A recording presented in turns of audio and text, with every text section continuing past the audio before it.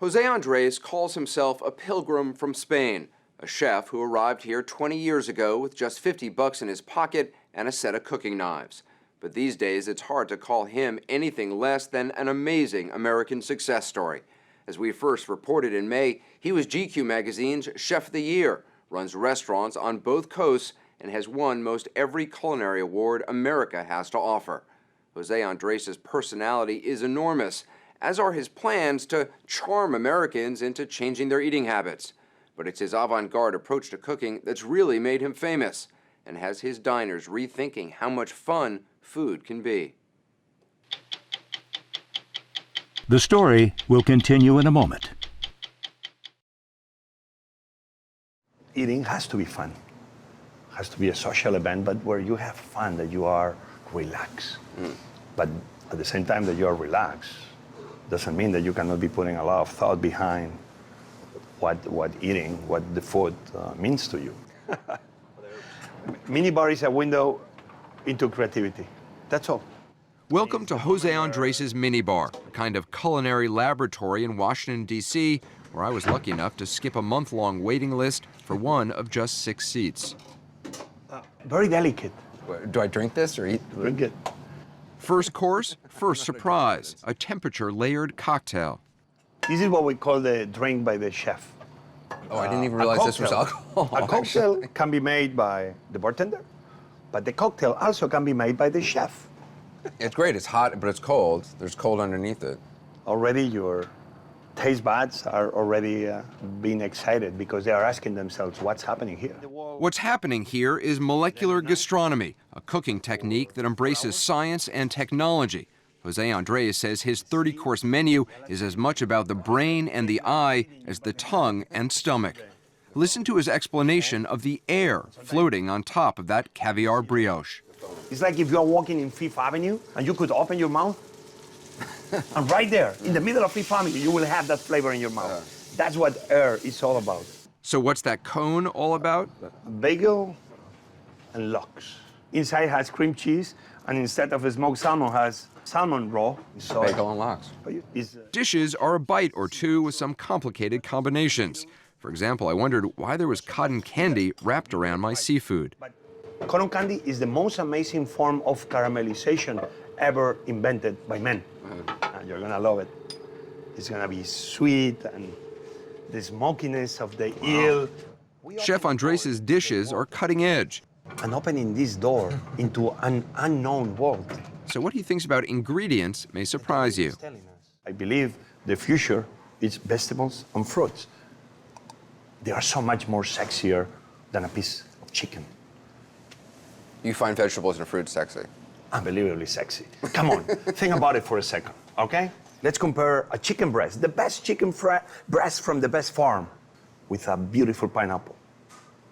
Cut the pineapple, already the aromas are inundating the entire kitchen. Has acidity, sour afternotes, touches of passion fruit. All right, you're making me excited. Come on, and the chicken breast, it's okay. But I do believe today meat is slightly overrated. Meat's overrated. Meat is overrated. What do you mean? Well, meat to me, it's slightly boring. And hold on, I love meat too, but only once in a while.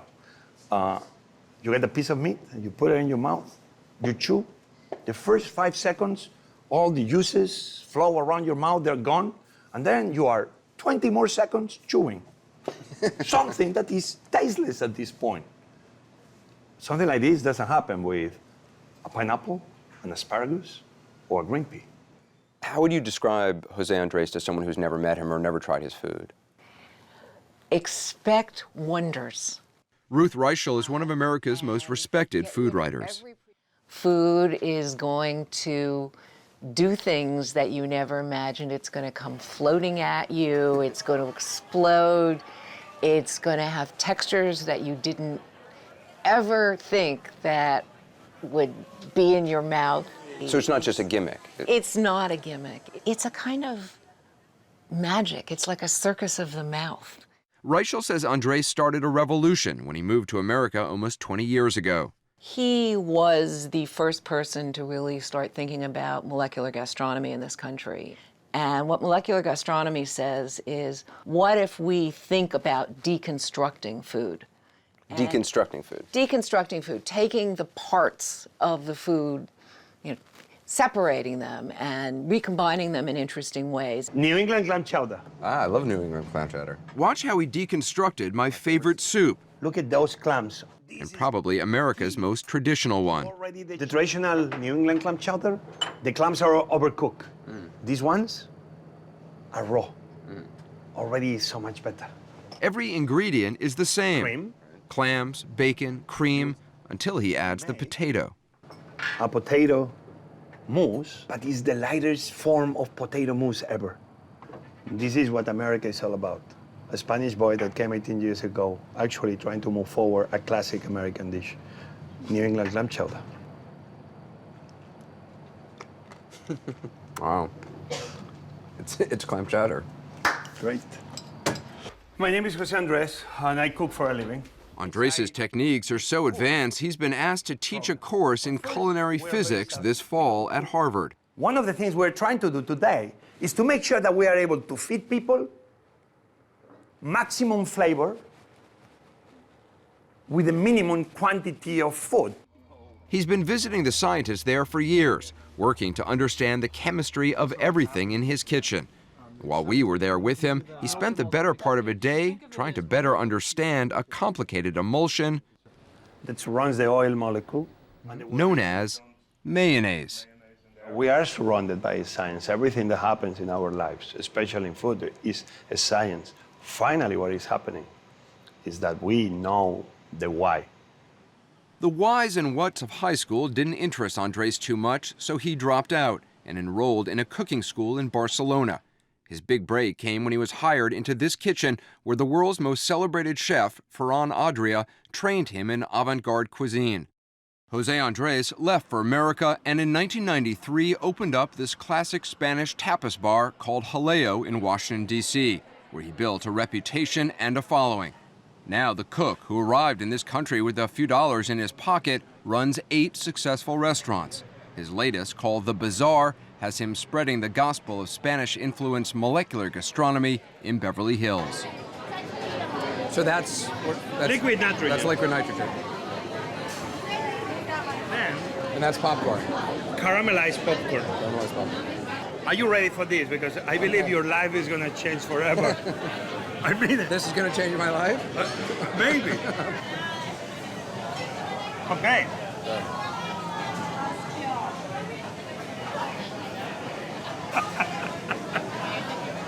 The dragon bread, boy. What just happened? What's happening in the Bazaar's kitchen is that Andres and his culinary director, Ruben Garcia, are creating dishes with tastes and textures that have customers doing this. When I cook, I'm not gonna lie to you, I'm very selfish, me and my team. We need to please ourselves. We need to make sure that we are convinced of what we are doing and eating, and that we see ourselves in that dish we are creating. If I don't please myself, it's impossible I will be able to please you. The Bazaar is the only restaurant in Los Angeles with a 4-star review from the LA Times. And getting a reservation here is a bit like getting a seat next to Jack Nicholson at a Laker game. How are you? While Jose Andres is proud of his success in sunny Los Angeles, he's probably prouder of the kitchen he's volunteered at for the last 17 years in this tough Washington, D.C. neighborhood. I came here as a cook, sharing my time peeling potatoes. The D.C. Central Kitchen was founded by Robert Egger. Hey, here is the man. He says Andres wandered in and offered his expertise just weeks after he moved into town. We couldn't get rid of him, man. I mean, he came down here and he was always down here helping. And I always felt like I have to give back to America what America has given me. He was drawn to their model, a 12-week culinary training course for people with little hope. Former prisoners, drug abusers, and the homeless. Now they distribute fresh meals daily prepared from 1 ton of donated surplus food. Maybe it needs a little bit more time than the zucchini, but... Staffers say they've stopped being surprised when they hear Hola, guapa. first thing in the morning Hey, senor. when the chef shows up to work. Chefs of America, we should be more outspoken about the way we are feeding America. Not only about what I'm feeding them in my restaurant or in the great restaurants of America. It's only 1%, 2%, 3% of the Americans that eat in those restaurants. We should be more committed about the other 97% of Americans that don't come to our restaurants. That should be what I hope one day will be my little contribution. The chef has hired 10 graduates from the DC Central Kitchen and personally mentored 50 of their interns. He's also helped raise $1.5 million for the program that helps feed 4,000 people every day. Do you see yourself as a Spanish chef working in America or an American chef who was trained in Spain? I see more and more myself as an American chef that was trained in Spain. At 41 years of age, this unofficial ambassador from Spain is about to open restaurants at the new Cosmopolitan Resort in Las Vegas, also in Miami, Mexico City, and Paris. Hey, we love you. Thank you so much. She wears a hat. She looks a lot But like Washington, D.C. remains home for Andres, his wife Patricia, and their 3 daughters, Carlota, Inez, and Lucia. It's also here in D.C. that the chef who wants to change the way America looks at food offered me one last lesson during last call at Minibar. This is a mojito. That's a mojito. That's a mojito. Put this in your tongue and it's gonna explode and you're gonna find this amazing. It's really good. Take a look. What you see here, like a solid thing, like you will think, actually inside is liquid because outside is a very thin membrane, but it's liquid. And you see how we make that? Well, at the end, it's simple. We use a seaweed that we call alginate. We use a salt, that is a salt of calcium, that one with the other allows us to make things like this, espherifications. I don't like to tell people about the ingredients I'm using, but they are very natural, normal ingredients, everyday ingredients. The right use of those ingredients allows me to make dishes like this. I'm trying to resist licking that off the plate. Okay, hey, cut the cameras off.